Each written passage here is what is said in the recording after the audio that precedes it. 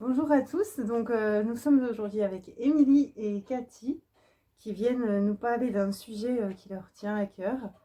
Je vous laisse vous présenter si vous voulez bien les filles.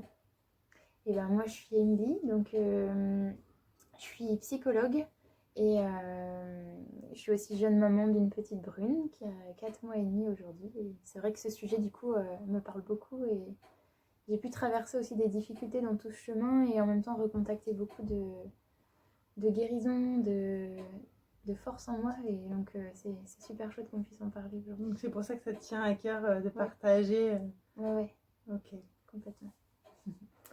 Alors, moi, Cathy, j'interviens également en tant que maman, hein, d'abord maman de 3 enfants. Le plus grand qui a 17 ans, le deuxième 13 ans, le troisième Nathanaël qui a 4 ans. Et également énergéticienne, à la fois, j'allais dire, j'ai vécu aussi tout cet accompagnement mère-enfant, vraiment à travers mes enfants, bien évidemment.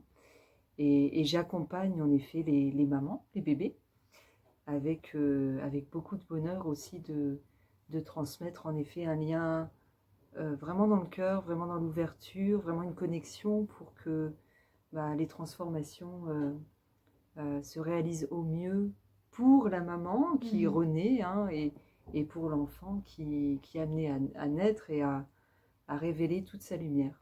D'accord, Voilà. on l'aura compris, vous venez nous parler en fait du lien mère-enfant plus spécifiquement. Alors j'ai envie de vous poser la question, qu'est-ce que ça implique de devenir maman? Tout un chamboulement.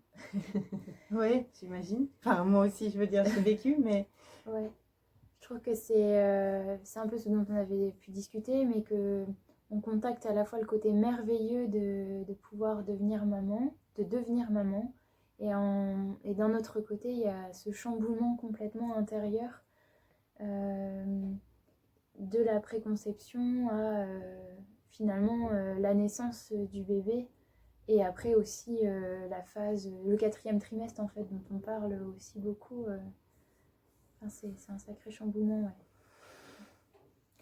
Alors c'est vrai que, bah oui, c'est un sacré chamboulement et moi je dirais, je vais parler d'abord de mes 3 grossesses où j'ai vraiment vu l'évolution d'ailleurs. Alors évolution qui a suivi aussi mon évolution Mhm. d'ouverture à ce que je suis aujourd'hui et, et où je dirais, je trouvais en fait à l'extérieur que dans mes premières grossesses, l'accompagnement il était pas facile. Ouais. Pas facile à nous aider à devenir mère, alors surtout quand c'est la première fois, hein, quand c'est le premier enfant, où l'univers qui est autour de nous, y compris l'univers médical, a tendance quand même à beaucoup nous mettre dans les peurs Ouais. et, et à nous couper en réalité du potentiel inné de maman qu'on a. En fait c'est complètement naturel. Alors que voilà, évidemment, bien sûr que c'est naturel d'être maman et qu'il y a un lien merveilleux qui est en train de se créer, que en nous, on a un potentiel inné justement à accueillir cet enfant et à l'aider à se révéler à ce qu'il est, et en même temps que nous, on se révèle à ce qu'on est aussi. Exactement, ouais. Et, et que c'est vrai que là-dessus, l'accompagnement, en tout cas extérieur, il n'est pas évident à trouver. Euh, où ça passe vraiment par un chemin personnel, Ouais. pour trouver vraiment ce potentiel, retrouver, puisqu'on l'a à la base, retrouver ce potentiel naturel qu'on a en nous et qui est merveilleux à lier en effet l'enfant avec nous Ouais. et à permettre en effet cette naissance. Moi, ce que j'ai ressenti dans ce que tu dis, c'est que j'ai vraiment dû, à travers le chemin de la préconception, me retrouver en tant que femme, enfin recontacter vraiment ce féminin en moi qui était en effet aussi complètement étouffé par ses peurs, par parfois des schémas, par aussi beaucoup de choses, euh,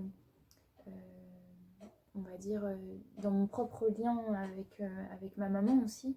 Et c'était me retrouver en tant que femme et réécouter aussi ma nature cyclique. Enfin, c'est me dire que voilà, j'ai ça en moi, comme tu dis, c'est naturel en fait. Et que en réécoutant les cycles, en écoutant son corps et les différentes phases de son cycle, finalement, on accueille complètement ce féminin et on accueille son féminin, en fait. Tu veux dire que tu n'avais pas appris à travers ta croissance en tant que jeune fille et femme à te faire confiance, en fait. Ouais. Et à écouter, en effet, ces cycles menstruels. Enfin, vraiment, c'était ça. Et ouais, de retrouver confiance en la vie, confiance en ce féminin. Là, tu parles de la préconception, en fait. Ouais. C'est-à-dire avant que le bébé arrive. Et c'est vrai que moi, j'ai souvent, en effet, des femmes que je reçois, donc avant, en effet, quand elles ont un désir d'enfant, où il y a ce féminin, en effet, qui est vraiment endigué, hein, qui est pas par les peurs extérieures, en effet, où il n'y a plus la confiance, j'allais dire, de la nature et du corps, en fait. Et quand on arrive, en effet, à débloquer toutes ces entraves, hein, toutes ces peurs, et à permettre, en effet, à la femme de reconnecter pleinement son corps et tous ses potentiels, bah, très souvent, il faut quelques séances, il ne faut pas forcément grand-chose pour qu'on réouvre les choses et pour qu'il y ait en effet une grossesse qui arrive. Enfin, donc ça demande d'aller se reconnecter soi en tant que femme, pour en préambule à accueillir un enfant, en fait, si je comprends bien.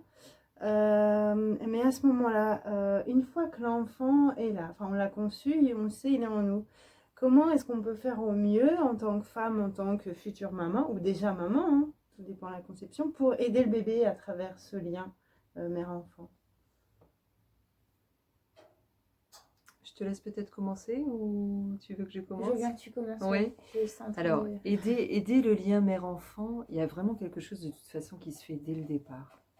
Alors moi je sais que je l'ai vécu et je l'ai vécu beaucoup plus fortement en effet pour mon dernier enfant, hein, Nathanaël, qui a 4 ans.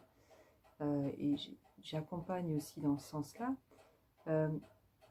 Et il y a quelque chose en fait où on sait, moi je sais que le jour de la conception, de toute façon, hop, j'avais eu les infos, le lendemain matin, je me suis réveillée, j'ai dit bon, même pas besoin de test de grossesse, je sais que je suis enceinte. Hein. Et ça, c'est à un moment donné, c'est vraiment quand on est dans la conscience de son corps et qu'on sait ce qui se passe. Et que ça arrive au moment juste, en fait. Et on sait que ça arrive au moment juste et on sait que, voilà, là, ça se met en place et on sent ce lien mère-enfant. En fait, on le sent toutes. Hein. Enfin, c'est pas une question de don, non, on le sent toutes. Si on se fait confiance. Si on se fait confiance, et puis si on lâche les peurs, on lâche les contrôles, on lâche le mental, hein, une bonne partie du mental. En fait, c'est dans ce que tu dis, c'est vraiment faire l'expérience d'un profond lâcher-prise. C'est ça. C'est vraiment en effet un lâcher-prise et c'est vraiment un grand accueil de la vie dans tout ce qu'elle est, dans tout le merveilleux là. Et d'accueillir voilà, cette petite âme qui s'incarne, nous, quand on est vraiment en effet à l'écoute de son corps et de toute sa lumière, on le sent, cette âme en effet qui s'incarne dès les premiers instants. Et il y a un lien qui se fait. Le lien, j'allais dire, il suffit de le nourrir d'amour. Hein. En fait, moi, j'entends un lien de cœur à cœur. C'est vraiment ça. D'âme à âme, en fait, c'est de cœur à cœur. Ouais. Et ce lien-là, c'est vraiment comme si, mais dès le départ et en conscience, on va lui amener vraiment un nid plein d'amour, plein de sécurité, plein de douceur, pour qu'il puisse vraiment prendre toute sa place avec, tu parlais de terre d'accueil, c'est ça, quoi. C'est, voilà, là, je t'accueille pleinement avec tout mon amour, avec toute ma sécurité, et tu vas pouvoir t'épanouir pendant un temps à l'intérieur de ce nid que je te confectionne, un temps, pour ensuite pouvoir j'allais dire, sortir du nid. Ouais, être incarné. Ouais. Dans ce cas-là, ça peut peut-être aider aussi à se connecter pleinement à la vie, se sentir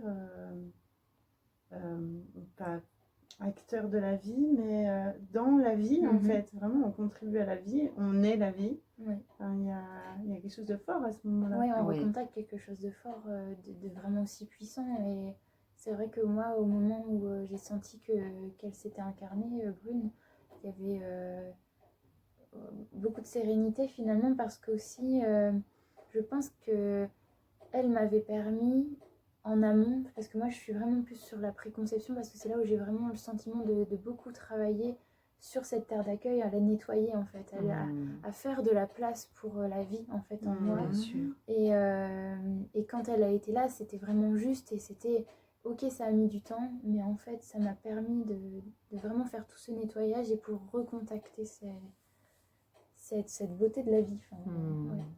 Ça, c'est dans le fait où on a, pour beaucoup de femmes qui ont décidé d'avoir un enfant et qui le mettent en route. Et quand ça vous est arrivé d'accompagner des femmes ou des mamans qui ont eu le coup de, on va dire, de la surprise, qui se sont retrouvées enceintes et qui pour le coup... C'était pas prévu. Ou c'était pas prévu? Oui. Oui.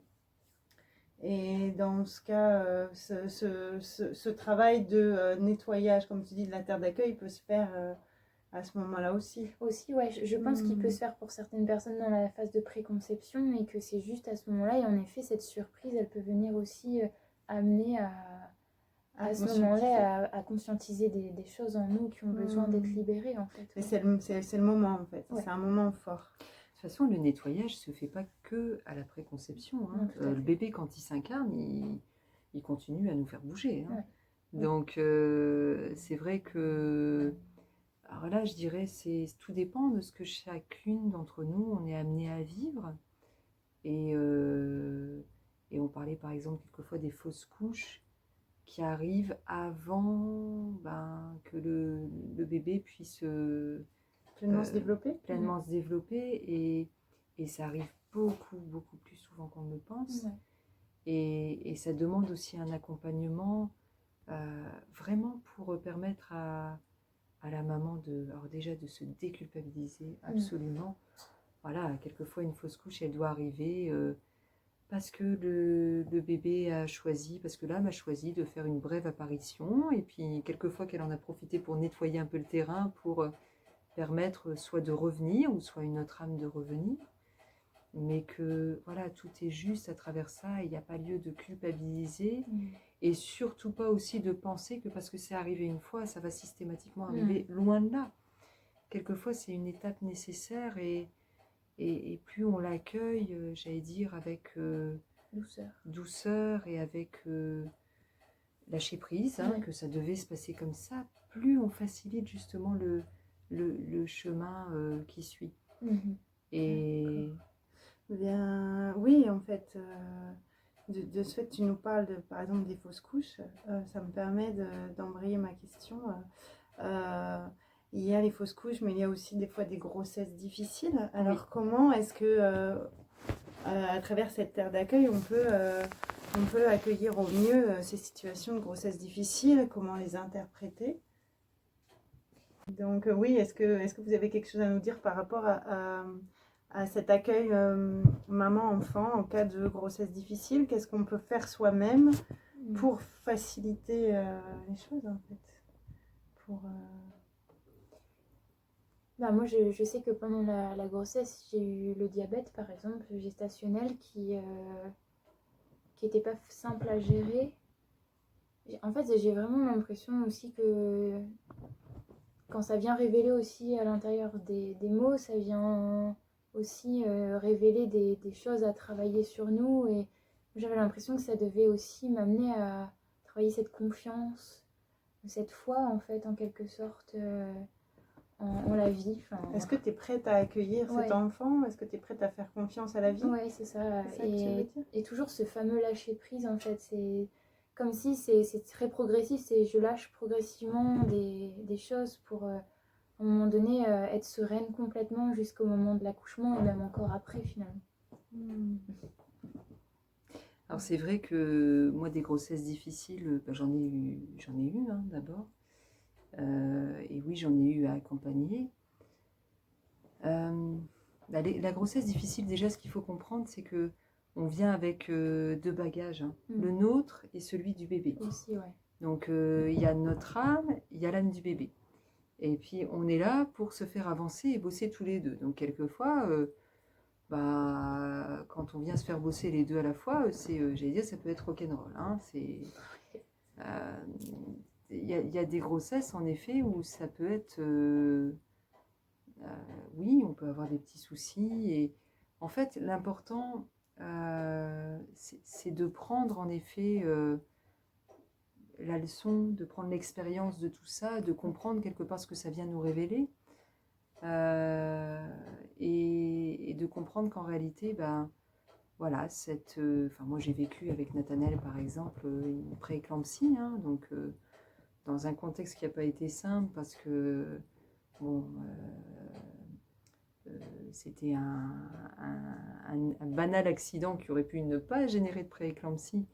Et puis bon, bah, c'est tout. Hein, Est-ce que tu peux rappeler rapidement ce que c'est en 2 mots la pré-éclampsie? La pré-éclampsie, c'est quand à un moment donné on fait un excès de tension et que le corps, on va dire, s'emballe à tout niveau, hein, et qu'il y a on va dire un petit empoisonnement du sang, hein, qui se fait progressivement et qui peut être périlleux pour la maman ou pour le bébé.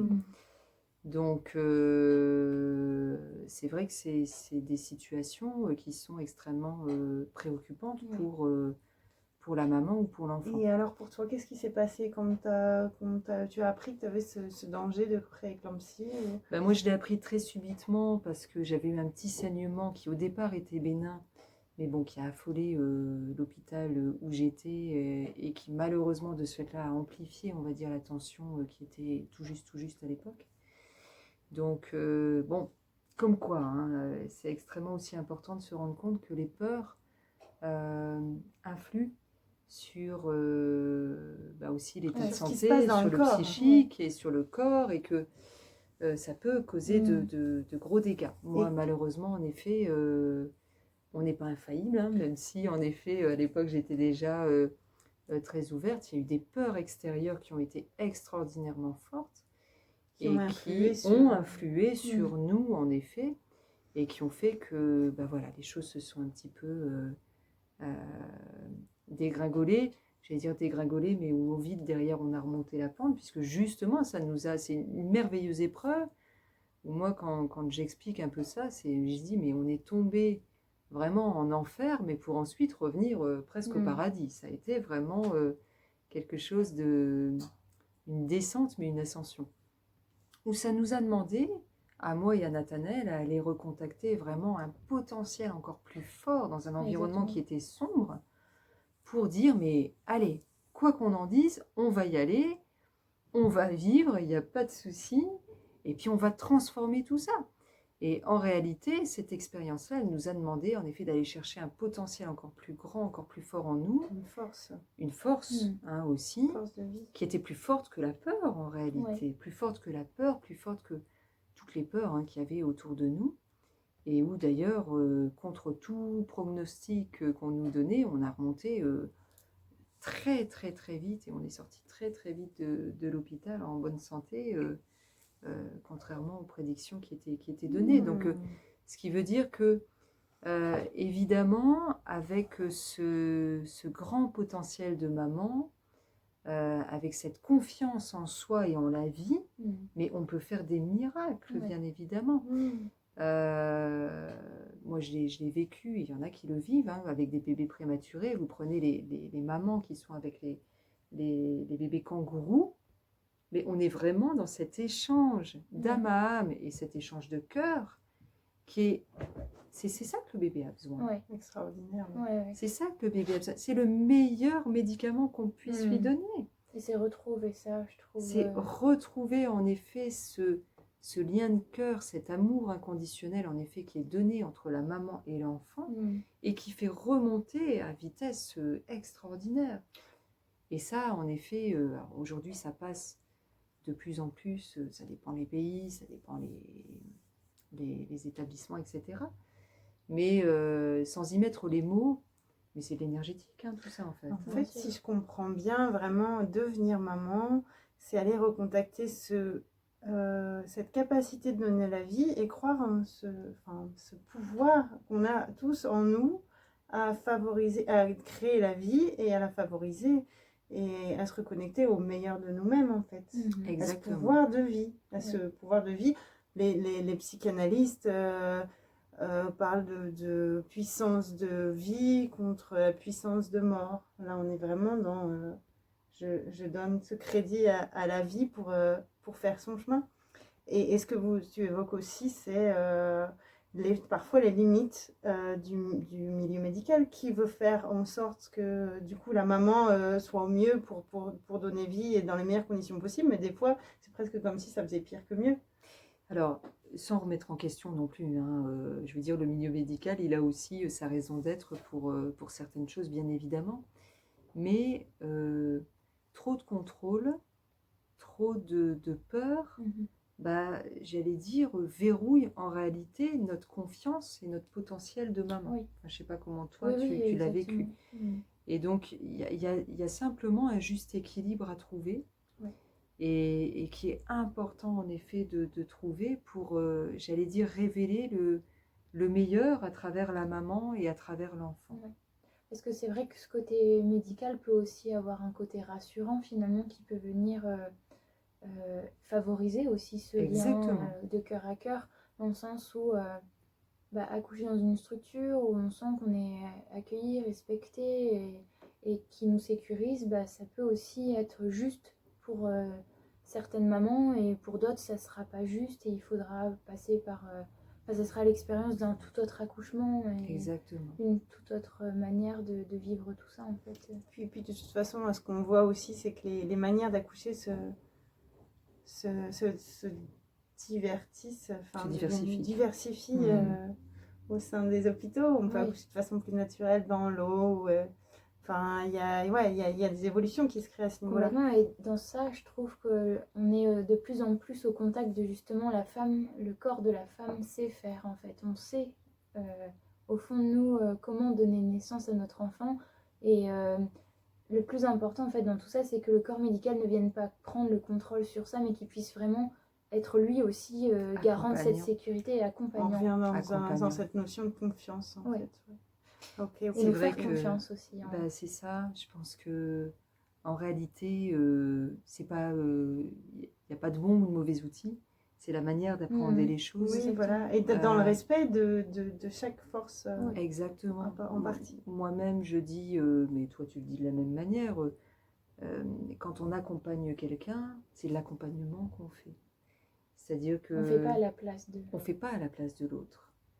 On accompagne la personne à retrouver ses potentiels de guérison innés. Ben, je dirais que ça se vaut dans tous les métiers en fait. Tout accompagnement en effet qui est fait sur ce point de vue-là, il est merveilleux parce qu'il permet à l'autre en effet de s'épanouir. Oui.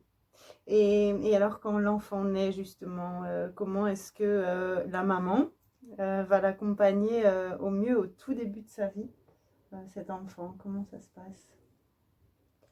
Il y a quelque chose aussi déroutant, c'est que ce bébé, il était à l'intérieur de nous, il avait tout ce qu'il lui fallait finalement pour vivre. Et là, il sort et on doit finalement répondre à ses besoins.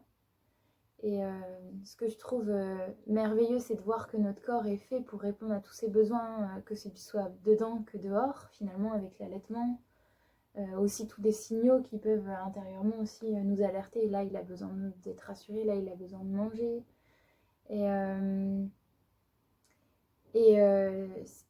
Je sais plus ce que je voulais dire, mais comment on accompagne son bébé au mieux quand il est et je trouve que c'est ça qui est déroutant, c'est finalement là se dire je dois être auprès des besoins de mon enfant, répondre à ses besoins en tout cas pour qu'il y ait cette sécurité aussi qui perdure en fait, comme s'il n'y a pas de cette rupture en fait entre le dedans et le dehors, c'est prolonger le nid et de voir que ce nid il peut vraiment se construire aussi à l'extérieur, s'étendre en fait à l'extérieur.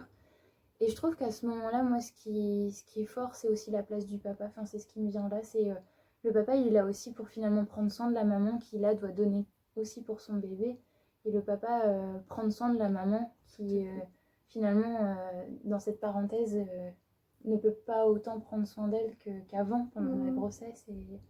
Et ça, c'est aussi très fort, je trouve, redonner cette place au papa dans cette période de naissance, en fait. Merci, Mimi. Et voilà. Et la maman, en fait, comment elle Est-ce qu'on peut parler de s'accompagner elle-même parce qu'il y a forcément une évolution de conscience qui se crée à ce moment-là. Ton bébé dans ton ventre, il grandit, c'est comme... mais il reste... on le voit pas, il est pas là devant nous. Ouais. Comment est-ce que ça se passe une fois qu'il est sorti? Moi, j'appréhendais ce vide. On évolue justement en même temps que son enfant. Ouais. Moi, j'appréhendais ce vide que quand mon bébé sort, comme s'il n'y avait plus rien. Et en fait, ce que j'ai pu voir, c'est que c'était vraiment un prolongement. Et que ce bébé qui a grandi en moi m'avait permis de prendre conscience aussi de cet amour inconditionnel, mais aussi bien pour mon bébé, mais aussi envers moi, qui n'est pas toujours simple. Je pense que c'est un chemin aussi de longue haleine, mais de vivre ça aussi, ouais. C'est vrai que... Alors, enfin, moi, au niveau de chacun de mes enfants, je leur dis toujours, c'est que moi, chaque grossesse, j'ai vécu... même, j'allais dire, malgré quelquefois les petites péripéties que j'ai pu avoir, mais ça a été à chaque fois un pur bonheur. Et chaque accouchement, ça a été toujours une renaissance. C'est-à-dire, on fait naître l'enfant, on renaît à soi-même.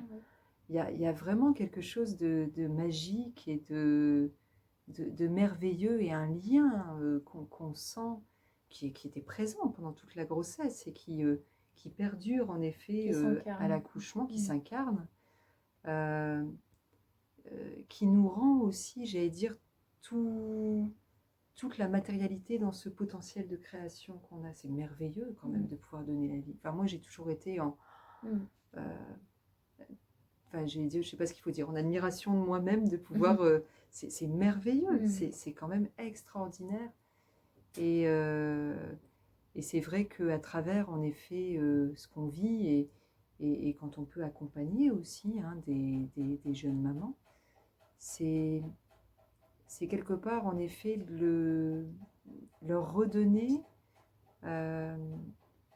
j'allais dire peut-être dans anciennes civilisations, on parlait même de rituels, de rites pour passer maman. Il y avait des rituels, en effet, quand on passait certains stades de vie.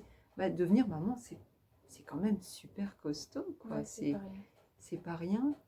Et il y a vraiment tout un chemin personnel, mais qui peut être accompagné aussi par, j'allais dire, par des femmes qui l'ont déjà vécu. Enfin, c'est vraiment dans ce sens-là. Une communauté autour de nous. Voilà, qui vont pouvoir transmettre, alors pas les peurs, surtout pas, mais vraiment, j'allais dire, toute la lumière à recontacter vraiment la confiance en la vie, la confiance en toute notre créativité, à tout notre potentiel justement de pouvoir amener la vie et à nous reconnecter à la vie. C'est vrai que à travers notre utérus, moi je vois un peu l'image quelquefois où je dis, vous prenez l'arbre d'Avatar du film, où on se reconnecte à travers notre utérus à tout le potentiel de vie. Il y a de ça quelque part à travers cette renaissance en tant que maman, où on se sent vraiment lié à la vie. Et c'est très très fort. Et c'est quelque chose d'ailleurs où quand on est enceinte, enfin moi j'ai vécu comme ça, qui est absolument épanouissant. C'est vrai. Et le lien mère-enfant, la connexion qui pour le coup est à travers le cordon ombilical, voilà, elle est là, c'est clair quand il est dans le ventre. Quand l'enfant sort, elle est toujours là, cette connexion. Toujours. N'est-ce pas? Toujours. Et c'est ces fameuses en fait aussi terres d'accueil, je trouve. C'est voilà, je coupe symboliquement ce cordon et voilà, je t'amène quoi sur... je t'ai préparé ce nid et où tu as pu te développer. Alors bien sûr l'enfant il n'est pas autonome quand il sort, mais je trouve que dans ce qu'on s'est dit, moi ce qui m'a aidé c'est que aussi une maman c'est pas faire à la place de l'enfant, enfin, c'est aussi en fait accompagner son enfant. Enfin, au début bien sûr qu'il a besoin qu'on réponde à tous ses besoins vitaux et émotionnels et etc. Mais c'est aussi faire confiance en fait en son bébé, je trouve. Enfin, justement, et se faire confiance à soi. À soi et aussi en son bébé. Faire confiance à son bébé. Les deux. Et lui donner cette sécurité, cette confiance aussi. Et se faire confiance peut-être en sa capacité d'être à l'écoute et d'entendre. Et à donner. Oui. Il y a de ça aussi. Ses besoins. Enfin, moi, je sais que pour l'avoir vécu et aussi en soins, quand on donne la vie, derrière, en effet, alors il n'y a plus le cordon ombilical, ok, mais certaines mères, d'ailleurs, parlent de fusion avec l'enfant. Alors, énergétiquement, c'est comme si vraiment les champs énergétiques, au niveau de nos 7 centres énergétiques, et certains plus que d'autres, le cœur et le sacré en général, et puis les centres féminins, donc le 3e œil aussi, qui sont très très forts, où il y a vraiment des tuyaux énergétiques énormes qui sont encore présents entre la maman et l'enfant, qui permet d'avoir tous ces échanges énergétiques et de cœur, et qui de ce fait-là amène un lien fort, mais qui dit lien fort dit toute la confiance aussi, pour que l'enfant puisse continuer à se construire même à l'extérieur du ventre de maman. Et c'est vrai, quand il y a un petit accident, par exemple, quand le bébé arrive au monde, moi, ce que j'ai expliqué, c'est que pour avoir quelquefois fait des soins à distance par rapport à des mamans qui vivaient ce côté-là qui est très difficile, ce que l'enfant a besoin, c'est du lien avec sa maman. Donc il a besoin en fait d'un lien intensifié auprès de sa maman, d'où les bébés kangourous, pour vraiment retrouver tout l'amour de sa maman et lui donner une force extraordinaire à dire c'est bon, je vais y aller, je vais transformer et je vais m'incarner. Et c'est vraiment, c'est beau d'ailleurs à voir, mais c'est cet échange qui se fait entre la mère et l'enfant qui est intensifié avec ces liens énergétiques, qui va permettre en effet, lorsqu'il y a une difficulté d'un côté ou d'un autre, d'ailleurs, parce que ça peut être de l'autre côté aussi, quand la maman est en difficulté, à transmettre tout cet amour qui va permettre justement à l'autre de trouver sa force intérieure à transformer. C'est finalement créer ce lien d'attachement sécurisant pour que l'enfant puisse développer cette sécurité intérieure. C'est ça. Et ensuite pouvoir explorer son environnement et toujours avoir en lui cette sécurité qu'il peut revenir à la maison, j'ai envie de dire, pour être rassuré, pour pouvoir traverser des choses. Donc en fait, c'est un merveilleux chemin d'évolution pour et à la fois l'enfant et la maman, et la relation à deux. Oui, complètement. Écoutez, c'est magnifique tout ce que vous avez évoqué. Je vous remercie beaucoup de nous avoir éclairé sur ce sujet. Et puis je vous dis à très vite et de merveilleuses fêtes de fin d'année à vous. Merci.